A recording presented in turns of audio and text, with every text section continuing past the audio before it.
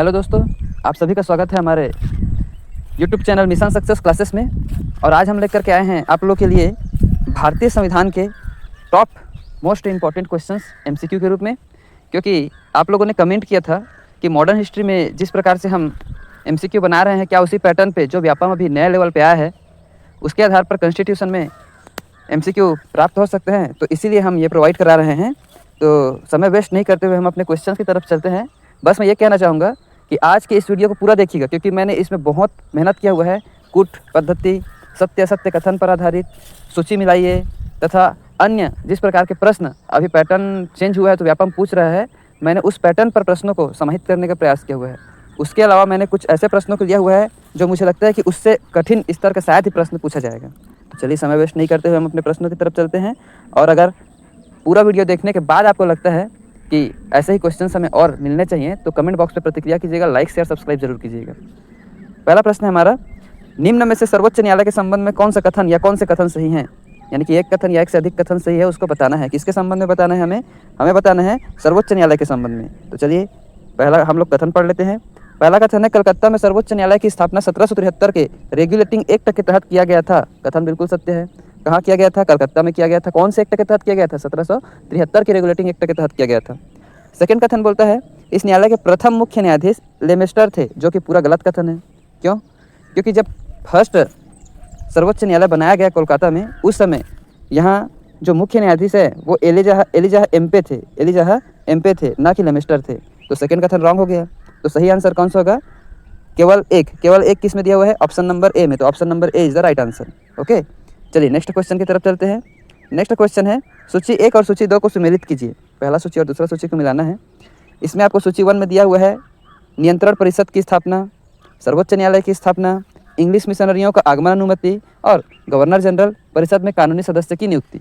और सामने में सूची 2 में दिया हुआ है ऐसे एक्ट जो इनसे संबंधित हैं, बस उसका सही जोड़ मिलाना है। तो अभी बाकी प्रश्न हम जाने न जाने, अभी पीछे में हम लोगों ने एक प्रश्न देखा कि सर्वोच्च न्यायालय की स्थापना कौन से एक्ट के तहत हुई थी? रेगुलेटिंग एक्ट 1773 के तहत। तो हम तो यहाँ से मिला सकते हैं कि बी का सीधा सीधा सही जोड़ी हो जाएगा 1। बी का 1, बी में 1 किस में दिया हुआ है? केवल एक में दिया हुआ है। किस में? ऑप्शन नंबर सेकंड में। तो option number second is the right answer. एक ऑप्शन को आप मिला है, बाकी सही हो गया। इस हिसाब से सही आंसर क्या होगा? नियंत्रण परिषद की स्थापना हो जाएगा पिट्स इंडिया एक्ट 1784 के तहत। इंग्लिश मिशनरियों को यहाँ भारत में प्रचार प्रसार और आगमन के लिए अनुमति मिलती है चार्टर एक्ट 1813 के तहत। और गवर्नर जनरल परिषद में कानूनी सदस्य की नियुक्ति की जाती है चार्टर एक्ट 1833 के तहत। अर्थात 2, 1, 3, 4 जो दिया हुआ है हमारे ऑप्शन नंबर बी में। ठीक है, option number B is the right answer. Next question की ओर चलते हैं। नेक्स्ट क्वेश्चन है, निम्न में से किस अधिनियम में केंद्र में द्वैत शासन प्रणाली को स्थापित किया? दोस्तों यहाँ एक शब्द को थोड़ा ध्यान देंगे। केंद्र में दो चीज़ें आती है, एक आती है द्वैत शासन और एक आता है केंद्र में द्विसदनीय विधायिका। दोनों अलग अलग चीज़ें हैं और दोनों अलग अलग एक्ट के तहत भी लाई गई हैं। कभी कभी जो प्रतिभागी हैं वो कन्फ्यूज जाते हैं द्वैत शासन और द्विसदनीय विधायिका को लेकर के। दोनों को लगता है कि सेम है, सेम नहीं है दोस्तों, अलग अलग है। ठीक है, तो जो केंद्र में द्वैत शासन व्यवस्था लाया गया वो भारत शासन एक्ट 1935 के तहत लाया गया था। भारत शासन अधिनियम 1935 के तहत केंद्र में द्वैत शासन प्रणाली को स्थापित किया गया था। और राज्यों में उससे जस्ट पहले 1919 में प्रतिस्थापित किया गया था। जबकि केंद्र में जो नेक्स्ट क्वेश्चन हमारा, कौन सा एक्ट द्विसदनीय विधायिका लेकर के आया? तो केंद्र में द्विसदनीय विधायिका, इसमें भी 1935 को टिक नहीं करना है। इसमें देखना है कि केंद्र में द्विसदनीय विधायिका, जिसको आज के डेट में हम लोग लोकसभा राज्यसभा की जगह देते हैं, स्थान देते हैं, उच्च सदन निम्न सदन करके, वो लाया गया था भारत शासन एक्ट 1919 के तहत। ठीक है, तो द्विसदनीय विधायिका शब्दों को ध्यान देंगे, द्विसदनीय विधायिका 1919, जबकि केंद्र में द्वैत शासन 1935। ठीक है, चलिए नेक्स्ट क्वेश्चन की ओर चलते हैं। पांचवा क्वेश्चन हमारा कि निम्न में से एक भारत सरकार अधिनियम 1935 का मुख्य विशेषताओं में से नहीं है। अर्थात आपको यहाँ 4 कथन दिए गए हैं, जिनमें से 3 कथन भारत शासन अधिनियम 1935 से संबंधित है या उसकी विशेषता है, लेकिन एक कथन उससे संबंधित नहीं है या उसमें गलत दिया हुआ है। उसको पहचानना है। कथन को पहले पढ़ लेते हैं। पहला है, इस अधिनियम में अखिल भारतीय महासंघ का प्रावधान था। ये तो सत्य कथन है। सेकेंड है, अवशिष्ट विषय प्रांतीय विधायिकाओं को आवंटित किए गए थे। इसको लास्ट टाइम देखेंगे। तीसरा, यह प्रांतीय स्वायत्तता के सूत्रपात का संकेत था। यह भी सत्य है। और चौथा, इसने प्रांतीय स्तर पर द्वैत शासन प्रणाली को समाप्त कर केंद्र में लागू किया। यह भी सत्य है। अब मैं इसको बाद में देखूंगा, इसलिए बोला समझाने के लिए। जो अवशिष्ट विषय हैं, आप लोग को पता होगा कि भाग नंबर 7 के तहत अनुसूची नंबर 7 के तहत शक्तियों का विभाजन किया गया था। तो शक्तियों के विभाजन में बांटा गया था विषयों को संघ सूची राज्य सूची और समवर्ती सूची के तहत। उसके अलावा एक है हम लोग का अवशिष्ट विषय। तो ये जो अवशिष्ट विषय है इसको बोला जा रहा है कि क्या यह प्रांतीय विधायकों को आवंटित किए गए थे? नहीं किया गया था। किसको आवंटित किया गया था? ये जो अवशिष्ट विषय है ये केंद्र को आवंटित किया गया था और इसमें दिया हुआ है कि प्रांतीय विधायक को। तो कौन सा विशेषता सही नहीं है? तो कौन सा वाला सही नहीं होगा? Option number second. Option number second जो है वो सही नहीं है। ठीक है, तो सही आंसर हो जाएगा ऑप्शन नंबर बी। चलिए नेक्स्ट क्वेश्चन की ओर चलते हैं। संविधान सभा के प्रथम मनोनीत उपसभापति कौन थे? प्रश्न को ध्यान से समझिए, इसमें उपाध्यक्ष नहीं पूछा है, उपसभापति पूछा है। कई लोग यहाँ गलती करते हैं कि उपाध्यक्ष करके सीधा सीधा एस सी मुखर्जी को टिक करके आ जाते हैं। दोस्तों मैं बताना चाहूँगा कि संविधान सभा के प्रथम मनोनीत उपाध्यक्ष एच सी मुखर्जी हैं, लेकिन यहाँ पूछा गया है प्रथम मनोनीत उपसभापति। तो प्रथम मनोनीत उपसभापति थे फ्रैंक एंथोनी। जिस दिन सच्चिदानंद सिन्हा जी को अस्थायी अध्यक्ष बनाया गया संविधान सभा में प्रथम, उसी दिन प्रथम उपसभापति के रूप में फ्रैंक एंथोनी जी को भी मनोनीत किया गया था। बाद में उपाध्यक्ष के रूप में एस सी मुखर्जी को चयन किया गया। ठीक है, चलिए नेक्स्ट क्वेश्चन की ओर चलते हैं। निम्न में से संविधान सभा के बारे में गलत कथन कौन सा है? गलत कथन को पहचानना है, अर्थात 3 सही कथन होंगे, 1 गलत कथन होगा। चलिए पढ़ते हैं कथनों को। पहला, इसने बड़ी संख्या में समितियों की मदद से काम किया, उनमें से प्रारूप समिति सबसे महत्वपूर्ण थी। ये तो एकदम मोस्ट इंपॉर्टेंट और एकदम सही जवाब है कि जो भारत का संविधान बना उसके लिए कई सारी समितियां बनी, जिसमें से प्रारूप समिति सबसे इम्पोर्टेंट समिति थी, जिसने पूरा संविधान के बारे में इधर उधर से खोजबीन किया, उसके ऊपर पूरा ड्राफ्ट तैयार किया और जिसके अध्यक्ष हमारे डॉक्टर भीमराव अम्बेडकर जी थे। तो प्रारूप समिति सबसे महत्वपूर्ण थी, सही जवाब है। अल्पसंख्यक समुदाय जैसे ईसाई, एंग्लो इंडियन को सभी में पर्याप्त प्रतिनिधित्व मिला, यह भी सत्य है। इसका निर्वाचन सार्वभौम वयस्क मताधिकार के आधार पर हुआ था, गलत कथन मिल गया। निर्वाचन जो है संविधान सभा में जो सदस्य गए थे उनका निर्वाचन सार्वभौम वयस्क मताधिकार के आधार पर नहीं हुआ था, बल्कि उनका जो चयन है वह अप्रत्यक्ष तौर पर हुआ था। प्रांतीय स्तर पर जो सदस्य थे उनके द्वारा इनको चयन किया गया था। सार्वभौम वयस्क मताधिकार के आधार पर ये लोग नहीं गए थे। और चौथा वाला जो है चुनाव प्रक्रिया 1935 के अधिनियम के 6वीं अनुसूची पर आधारित थी, यह भी सत्य है। गलत कथन कौन सा होगा? जो हम लोग का ऑप्शन नंबर 3 है वो गलत कथन है, पहचान कर लिए। ठीक है, नेक्स्ट क्वेश्चन की ओर चलते हैं। सूची 1 और सूची 2 को मिलाइए। सूची 1 में दिए गए हैं संविधान सभा की जो मुख्य समितियां हैं वो, और सूची 2 में दिए गए हैं कि उनके अध्यक्ष कौन थे वो। उनको बस आपस में सही जोड़ी मिलाना है, उसके बाद कूट के आधार पर उसका उत्तर देना है। इसमें दिया हुआ है संविधान सभा की समितियां मूल अधिकार, कार्य संचालन समिति, संघ शक्ति समिति और प्रारूप समिति। सूची 2 में दिया गया है उनके अध्यक्ष के बारे में बी आर अम्बेडकर जी, जवाहरलाल नेहरू, के एम मुंशी और सरदार पटेल। तो जो मौलिक अधिकार या मूल अधिकार है उसके अध्यक्ष थे सरदार पटेल जी, यानी कि ए का फोर्थ। उसके बाद में कार्य संचालन समिति, शब्दों को ध्यान देंगे, मैं हमेशा बोलता हूँ मित्रों कि कार्य संचालन समिति और संचालन समिति 2 अलग अलग चीज़ें हैं। संचालन जो समिति थी उसके डॉक्टर राजेंद्र प्रसाद अध्यक्ष थे, जबकि यहाँ पूछा गया था कार्य संचालन समिति जिसके अध्यक्ष हैं के एम मुंशी जी, यानी कि बी का 3rd। और उसके बाद तीसरा है संघ शक्ति समिति। संघ शक्ति समिति के अध्यक्ष थे हमारे जवाहरलाल नेहरू जी, यानी कि सी का 2nd। और उसके बाद बचा प्रारूप समिति। अभी जस्ट ऊपर में मैंने बताया प्रारूप समिति के बारे में। प्रारूप समिति के अध्यक्ष थे डॉक्टर भीमराव अम्बेडकर जी, अर्थात 4321 किसमें भी दिख रहा है? Option number 1। Option number 1 is the correct answer. थोड़ा सा फास्ट हो जाता है लेकिन क्वेश्चंस काफ़ी हैं, इसीलिए थोड़ा फास्ट मोड पे करता हूँ। ठीक है, चलिए नेक्स्ट क्वेश्चन। भारतीय संविधान में राज्यों के संघ की संकल्पना को प्राप्त किया गया। कहाँ से प्राप्त किया गया था राज्यों के संघ की संकल्पना को? वो प्राप्त किया गया था कनाडा के संविधान से। Option number C is the right answer. Next question, कौन सा भारतीय संविधान के अंतर्गत सही सुमेलित नहीं है? सही सुमेलित नहीं है यानी गलत जोड़ा को बताना है। बाकी 3 जोड़े सही होंगे, 1 जोड़ा गलत होगा। पहला पंचायत भाग 9 सही है। नगर पालिकाएँ भाग 9 के अंतर्गत का, यह भी सही है। सहकारी समिति भाग 9 के अंतर्गत खा, यह भी सत्य है। और अधिकरण भाग 10 ये गलत है। क्यों?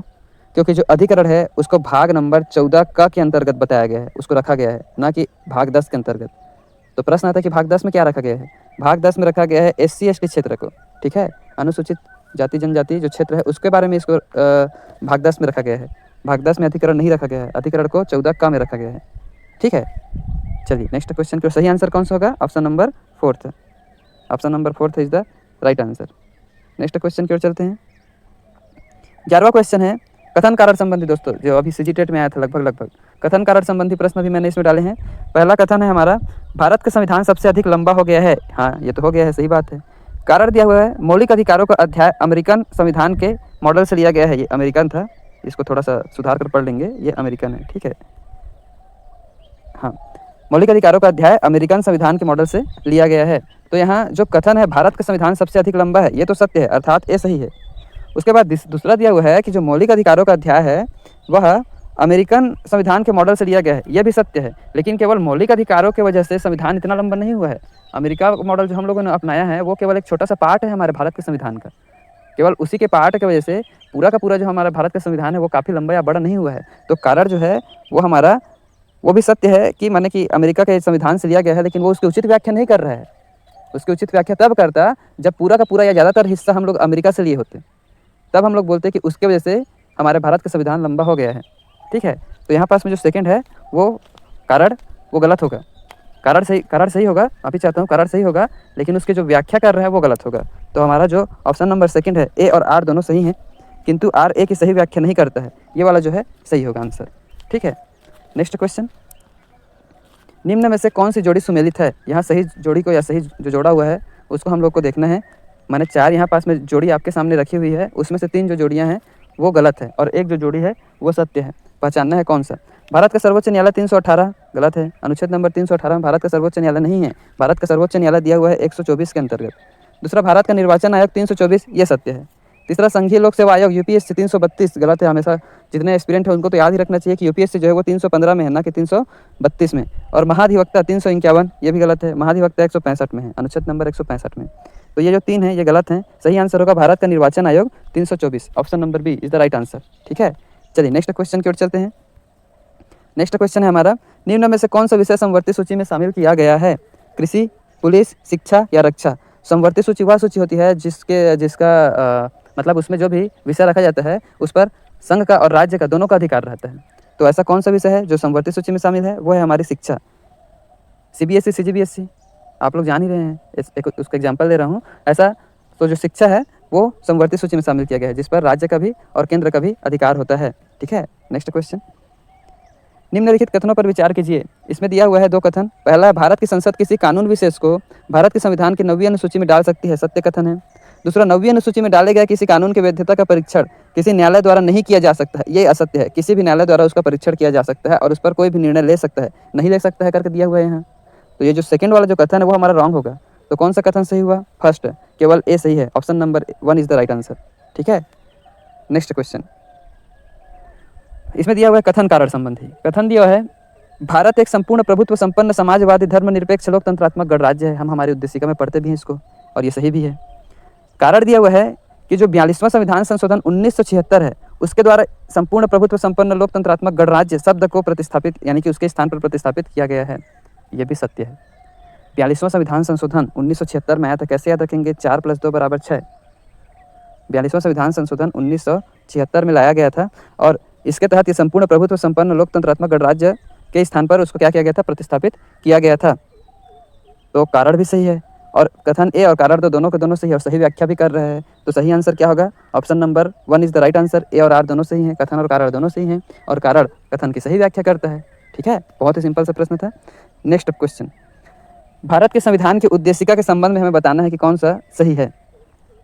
पहला, संविधान का भाग है किंतु कोई विधिक प्रभाव नहीं रखता, गलत। संविधान का भाग तो है, विधिक प्रभाव नहीं रखता, ये बोलेंगे ये गलत बात है। संविधान का भाग नहीं, ये तो पूरी तरीके से गलत है। तीसरा, संविधान का भाग है और वैसा ही विधिक प्रभाव रखता है जैसा कि उसका कोई अन्य भाग, ये थोड़ा सा मिस्टेक है। विधिक प्रभाव रखता तो है लेकिन अन्य भाग के बराबर या उसके समतुल्य नहीं। संविधान का भाग है किंतु उसके अन्य भागों से स्वतंत्र होकर कोई विधिक प्रभाव नहीं रखता, ये जो है यहाँ पास में उसके अन्य भागों से स्वतंत्र होकर कोई विधिक प्रभाव नहीं रखता, ये सही आंसर होगा। ठीक है, चलिए, तो सही आंसर हो गया हमारा कि भारत के संविधान की उद्देशिका संविधान का तो भाग है किंतु उसके अन्य भागों से स्वतंत्र होकर कोई विधिक प्रभाव नहीं रखता है। 16 का सही आंसर होगा ऑप्शन नंबर 4। नेक्स्ट क्वेश्चन, संसदात्मक शासन व्यवस्था में संसदात्मक शासन व्यवस्था शासन प्रणाली 2 प्रकार की होती है, एक संसदात्मक और दूसरा अध्यक्षात्मक। भारत की जो शासन प्रणाली वो किस प्रकार से है? संसदात्मक शासन प्रणाली है। ठीक है, तो जो संसदात्मक शासन प्रणाली होती है उसमें किस पर किसका नियंत्रण होता है ये पूछा गया है। न्यायपालिका का कार्यपालिका पर? नहीं। कार्यपालिका का न्यायपालिका पर? यह भी नहीं। कार्यपालिका का विधायिका पर? यह भी नहीं, बल्कि विधायिका का कार्यपालिका पर नियंत्रण होता है। Option number 4 is the right answer. याद रखेंगे, संसदात्मक शासन प्रणाली में विधायिका का कार्यपालिका के ऊपर नियंत्रण होता है। ठीक है, option number 4 is the right answer. Next question में अभी जस्ट ऊपर में बताया वही है कि भारतीय संविधान में किस प्रकार की शासन प्रणाली है? संसदात्मक शासन प्रणाली है। ठीक है, नेक्स्ट क्वेश्चन, भारत की संविधान सभा ने निम्न में से किस तिथि को राष्ट्रीय ध्वज को अपनाया? एकदम सरल प्रश्न है, बहुत ही सरल प्रश्न, बच्चे लोग को पढ़ाया जाता है जीके में। छठवीं सातवीं के बच्चों को। तो ये क्वेश्चन तो मैं होमवर्क के रूप में देना चाहूँगा। कमेंट बॉक्स में इसका आंसर बताइएगा कि हमारे जो राष्ट्रीय ध्वज है उसको संविधान सभा ने कब अपनाया था। बहुत ही सरल सा प्रश्न है।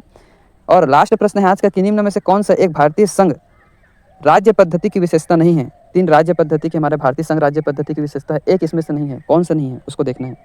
पहला, भारत में स्वतंत्र न्यायपालिका है, ये तो है। केंद्र और राज्यों के बीच शक्तियों का स्पष्ट विभाजन है, ये भी है। संघबद्ध होने वाली इकाइयों को राज्यसभा में असमान प्रतिनिधित्व दिया गया है, यह भी सत्य है। चौथा है, यह संघबद्ध होने वाली इकाइयों के बीच एक सहमति का परिणाम, सहमति या साझे का परिणाम नहीं है। जो संघबद्ध होने वाली इकाइयां हैं वो किसी सहमति या साझे का परिणाम नहीं है। राज्यों को संघ से अलग होने का कोई अधिकार नहीं है इसके अंतर्गत, ये बोल रहा है। राज्यों को संघ से अलग होने का अधिकार नहीं है, यहाँ कोई संघबद्ध समझौता नहीं हुआ है। तो हमारा राइट आंसर कौन सा होगा? राइट आंसर होगा ऑप्शन नंबर 4। ठीक है, तो दोस्तों बताइए पूरा अगर वीडियो आप लोगों ने देखा है तो कि कैसे लगे आज के क्वेश्चंस। और अगर आप लोगों को अच्छे लगे होंगे, काफ़ी हम लोगों ने इन्फॉर्मेटिव आपको जानकारियाँ दी होंगी, जिससे आपको लगा होगा कि कुछ ऐसी चीज़ें हैं जिसको हम लोगों ने पढ़ा नहीं था या डीपली स्टडी नहीं किया था, और ऐसे ही MCQ हमें और भी चाहिए, तो ज़रूर हमारे कमेंट बॉक्स पे प्रतिक्रिया कीजिए। और उसके आधार पर हम लोग आगामी समय में और अच्छे से वीडियो लेकर के आएंगे और ऐसे ही और प्रश्नों को समाहित करने का प्रयास करेंगे। बहुत बहुत धन्यवाद।